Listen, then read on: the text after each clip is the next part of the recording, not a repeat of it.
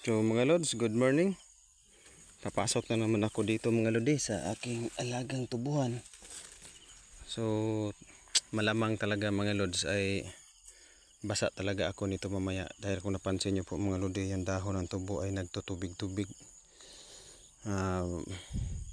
Yun po mga lodi, sa pagdating po ng tag-init ay yung mga dahon ng tubo na yan na may tubig sa itaas, yun po ang magiging dilig nila pa ilalim sa puno na yan. At kung nag-a-apply ka at nag-a-apply kami ng ng abono, so mabilis lang siyang matuyo kasi yung tubig na yan, so dadalo yan dito doon sa baba. So mabilis siyang lusawin. So update ko kayo mga lodi. Ito po yung alaga ni Jack Vlog mga lods. Ayan, napakaganda na po dahil po ay tinatamaan na po siya ng abono. So mga lods, papasok po ako doon dahil doon na po ako magtatrabaho.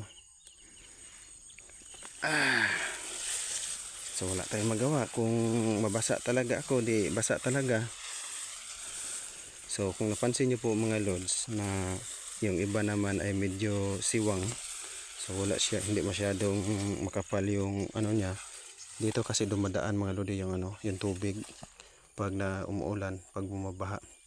So dyan ang tagos papunta dito sa may niyog na yan. So dito matagal to naka-recover dito mga lodi, dahil nga po ay na-stress po dito. Dito po sila nahirapan pong magpakapal o magpalago dahil nga po ay baba dito sa tubig. Buti na lang mga lods ay medyo gumanda naman yung puno ng tubo. So ngayon mga lodi, pupunta ako doon sa unahan. So yun po, ang hirap po pumasok dito mga lods. Wala na, basa na talaga ako. Yun, ayan, basa na. So no choice. Dito kasi mga lods, may boundary kami dito.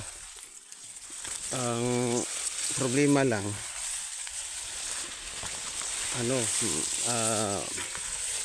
matangkad na yung tubo sa kabila.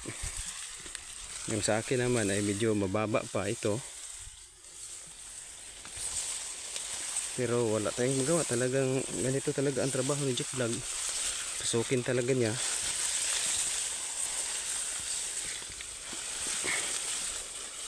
So pasensya na talaga mga lodi na parang ganito na lang lagi yung nakikita nyo sa video ko. Wala naman tayo ditong magawa mga lodi. Alangan naman magtakbo-takbo ako. So i-vlog ko, ito po yung trabaho ko. So hanggang dito na lang muna mga lods.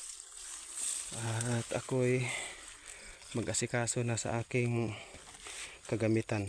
So dito ko na lang iiwan mga lods yung bag ko sa gilid. Ayan, dito sa ilalim ng kamuting kahoy, dito ko na lang siya isanda lang ganyan.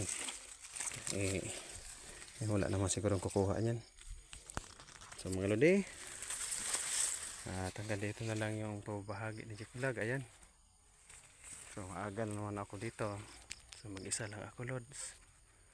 So wala naman ako ibang kasama dito kundi ang pagpanalangin ko sa Panginoon na ilayo ako sa kapamahakan at ilayo ako sa may mga kumakagat dyan o iiwas lang niya ako. Wala, kailangan talaga kumayod mga lodi. So hanggang dito na lang mga lods. Magkape na ang lahat. Bye bye.